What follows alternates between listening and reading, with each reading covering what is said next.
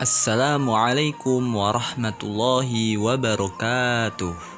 Bismillahirrahmanirrahim. Alhamdulillahi rabbil alamin. Allahumma salli wa sallim ala Sayyidina Muhammadin wa ala ali Sayyidina Muhammad. Qala musannifu rahimallahu ta'ala wa nafa'na bihi wa bi ulumihi fid dharaini amin ya rabbal alamin.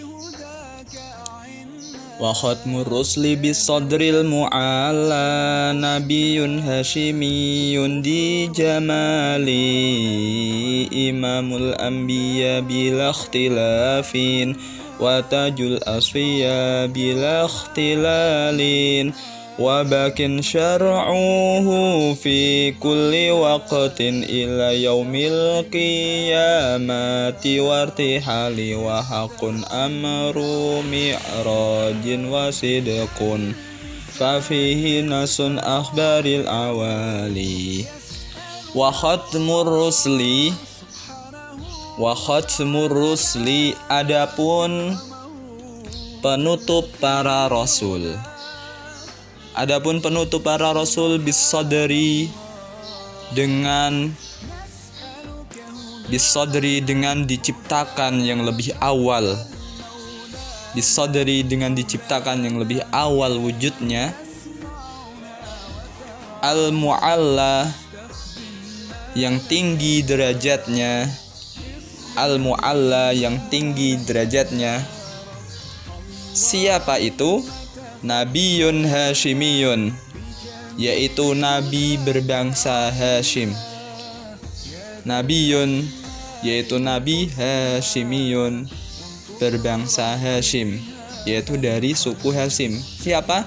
Tidak lain adalah nabi kita, Nabi Muhammad sallallahu alaihi wasallam. Di jamalin yang mempunyai ketampanan, sangat tampan sekali. Imamul anbiya, pemimpin para nabi bila ikhtilafin, dengan tanpa perdebatan, dalam kurung dengan sepakat para ulama, pemimpin para nabi adalah Nabi Muhammad. Watajul asfiya, dan mahkota manusia pilihan. Watajul asfiya, dan mahkota manusia pilihan. Bila ikhtilalin, dengan tanpa aib. Bila ikhtilalin, dengan tanpa cacat, tanpa aib. Wabakin, dan masih tetap syar'uhu, syariatnya. Wabakin, dan masih tetap syar'uhu, syariatnya. Fi kulli waqtin, di setiap waktu. Fi kulli waqtin, di setiap waktu. Ila yaumil qiyamati, sampai hari kiamat. Ila yaumil qiyamati, sampai hari kiamat. Wartihali, dan hari akhirat. Wartihali, dan hari akhirat. Irtihal itu perpindahan alam dunia ke alam akhirat, itu namanya irtihal. Makanya rihlah itu apa? Pindah atau bepergian, pergi dari alam dunia ke alam akhirat, itu irtihal. Wahakun, dan benar. Wahakun, dan benar, nyata. Amru mi'rajin, tentang perkara mi'raj. Wahakun, dan benar. Amru mi'rajin, tentang perkara mi'raj, Isra Mi'raj. Wasidqun, dan juga benar. Wasidqun, dan juga benar tentang Isra Mi'raj, itu adalah benar-benar nyata. Tadi bisa dimanakan hakun itu bermakna nyata. Benarnya berarti apa? Nyata. Wahakun, dan nyata. Amru mi'rajin, perkara mi'raj, Isra Mi'raj wasidqun, dan juga benar.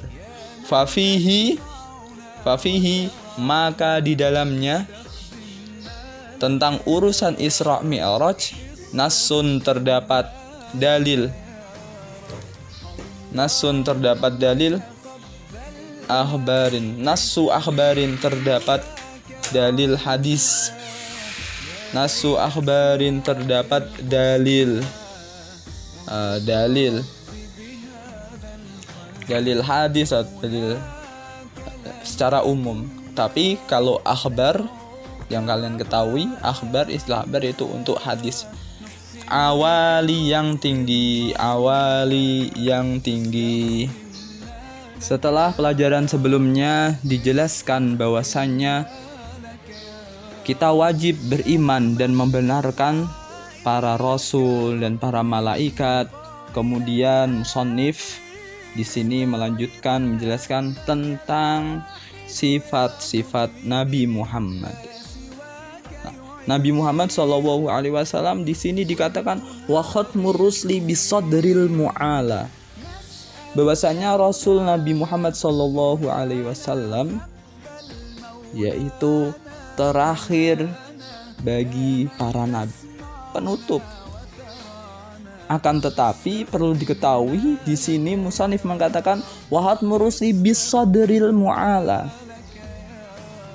Bisadril mu'ala mengartikan bahwasanya sodr kalau menurut bahasa adalah dada kita ini, depan ini.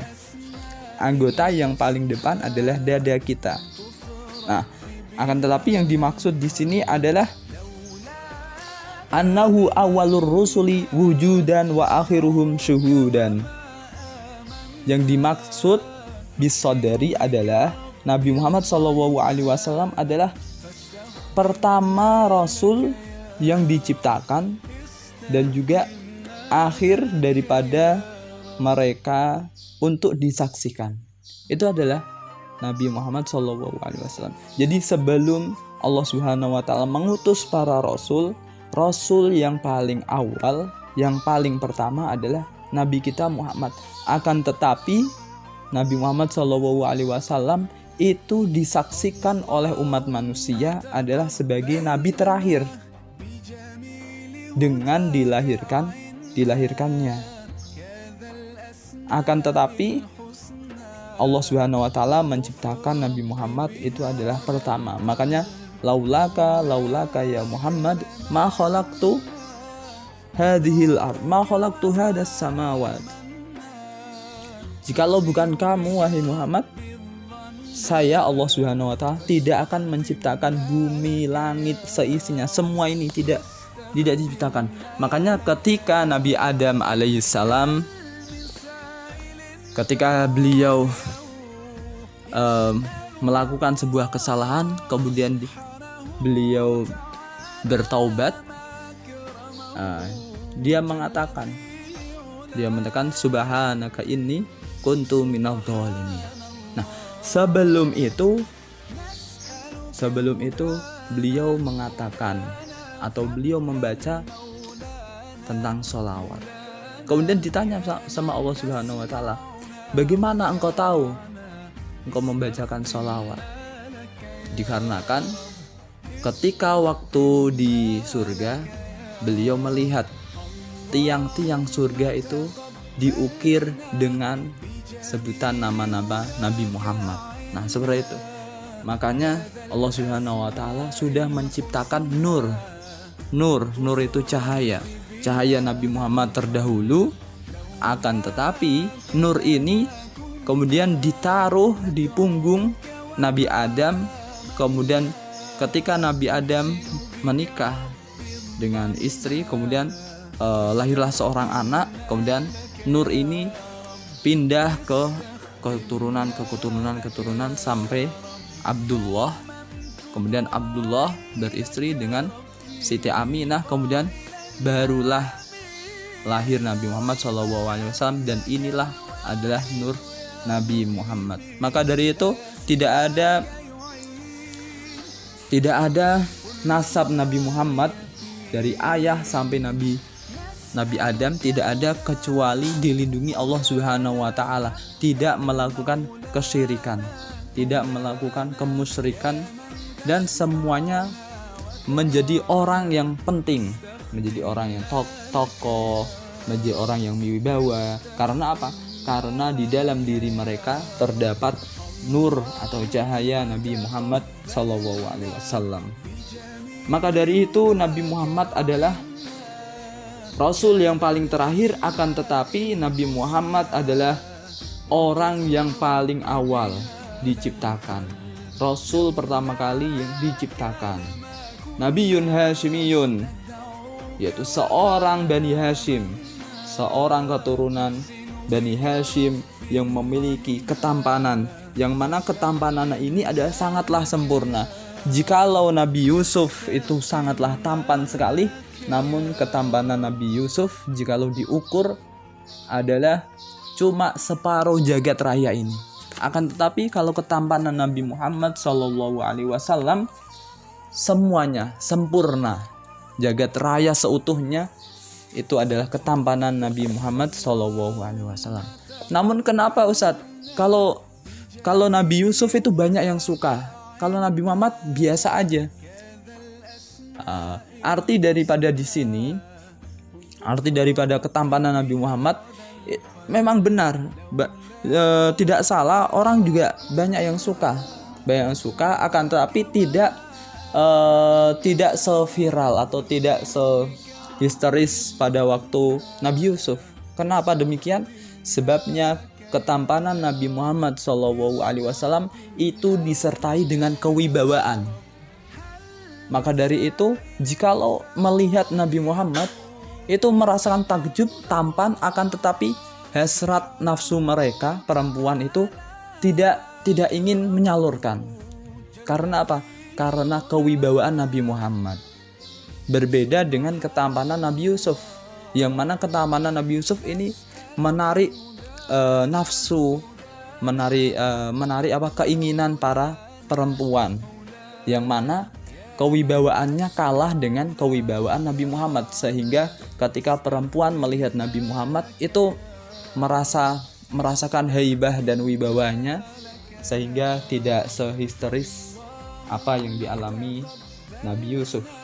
Imamul Anbiya bila ikhtilafin, ketahuilah Nabi Muhammad itu adalah pemimpin para nabi tanpa ada yang menggugat. Sepakat para ulama, sepakat semuanya bahwasanya pemimpin para nabi, para rasul adalah Nabi kita Muhammad Sallallahu Alaihi Wasallam. Maka dari itu di sini, di bulan yang seperti ini adalah bulan Nabi, bulan yang dilahirkan Nabi Muhammad Sallallahu Alaihi Wasallam di bulan seperti ini, yaitu Rabiul Awal. Maka dari itu kita sebagai umatnya wajib berbahagia. Setidaknya kita membacakan sholawat, setidaknya ketika ada di masjid-masjid kalian membacakan maulid semisal, kita harus ikut. Kalau tidak ikut ke masjid, kita ikut dengan merasakan senang, gembira atas perayaan ini. Sebabnya ini adalah bulan yang mana dilahirkan Nabi Muhammad SAW. Jika Abu Lahab aja, seorang kafir musyrik, dia senang dengan kelahiran Nabi Muhammad, keponakannya, dia senang sekali. Namun berhubung dia kafir, dia dimasukkan ke neraka. Akan tetapi dengan rasa kecintaan dia ketika lahirnya Nabi Muhammad, sehingga dia memerdekakan budaknya, yaitu Suwaibah. Dengan seperti itu Allah Subhanahu wa taala masih memberikan rasa kasih sayangnya, yaitu setiap hari Senin dia diringankan siksa azabnya ketika di neraka, diringankan dengan dia menghisap jarinya, sela-sela jarinya dihisap, kemudian mengeluarkan semacam air atau susu seperti itu. Wabakin syar'uhu fi kulli waqtin ila yaumil qiyamati wartihalin. Begitu pula Nabi Muhammad ini membawa syariat, yang mana syariat ini, hukum-hukum Islam ini akan terus lestari, kekal abadi. Tidak ada yang bisa menghapusnya. Tidak ada orang yang bisa menghapusnya. Terus eksis selamanya. Berbeda dengan syariat Nabi terdahulu. Contohnya syariat Nabi Musa di dalam Taurat. Kalau Bani Israel itu contoh kecilnya, ketika membasuh najis atau mensucikan najis itu tidak dengan cara dibasuh, akan tetapi apa? Dipotong. Ketika bajunya kena najis, dipotong kalau zaman dahulu sebelum Nabi Muhammad. Kalau kita, alhamdulillah tidak dipotong, cukup dicuci, dibasuh dengan air, sudah selesai, selesai suci. Nah, ini adalah bukti bahwasanya syariat nabi-nabi terdahulu itu telah dirubah atau telah digantikan dengan syariat Nabi kita, Nabi Muhammad. Akan tetapi syariat Nabi Muhammad tidak bisa digantikan dengan yang lain. Itu seperti itu sampai hari kiamat. Artinya ketika kiamat ini sudah datang, disitulah syariat ini tidak terjadi perubahan dan sudah tidak ada. Maksudnya ketika manusia sudah meninggal, otomatis sudah tidak ada kewajiban melakukan syariat ini. Sudah selesai, masa ujian sudah selesai. Wa haqqun amru mirajim wasidqun fa fihi nasun ahbaril awali. Kita harus percaya dengan seutuhnya bahwasanya Isra dan Mi'raj itu sangatlah benar dan nyata. Tidak yang digambarkan Isra dan Mi'raj itu adalah sebuah mimpi saja, bukan. Akan tetapi itu benar dan nyata secara jasad dan secara ruh. Artinya jasad Nabi dan ruh Nabi itu berangkat semuanya, tidak dalam mimpi. Memang benar Isra di sini, Isra Mi'raj, Isra di sini sangatlah banyak sekali. Nabi itu mengalami Mi'raj itu sangatlah banyak, tidak cuma sekali aja. Yang Isra dan Mi'raj itu memang sekali, yaitu ketika Isra perjalanan dari Makkah menuju Masjidil Aqsa, Palestina. Kemudian Mi'raj dari Baitul Maqdis sampai Baitul Muntaha, Baitul Ma'mur, sampai kepada Arsy Allah Subhanahu wa taala. Ini cuma sekali. Namun ketika Mi'raj Nabi di Mi'rajkan, diangkat oleh Allah Subhanahu wa taala, itu Nabi mengalami beberapa kali. Yaitu ada yang secara ruhnya saja, secara ruh, ada yang dalam mimpi. Makanya ceritanya sangatlah banyak sekali. Nah, itu seperti itu. Yang penting di sini kita itu meyakini dan mengimani bahwasanya Isra dan Mi'raj itu adalah benar-benar ada secara jasad dan secara ruh, yang mana ada dalil yang memukakan, yaitu apa? Subhanalladzi asra bi'abdihi lailam minal masjidil harami ilal masjidil aqsa. Sangat jelas sekali Al-Qur'annya mengatakan seperti ini. Nah, insyaallah penjelasan lebih lanjutnya akan saya sambung di materi setelahnya. Mungkin ini cukup untuk penjelasan secara global.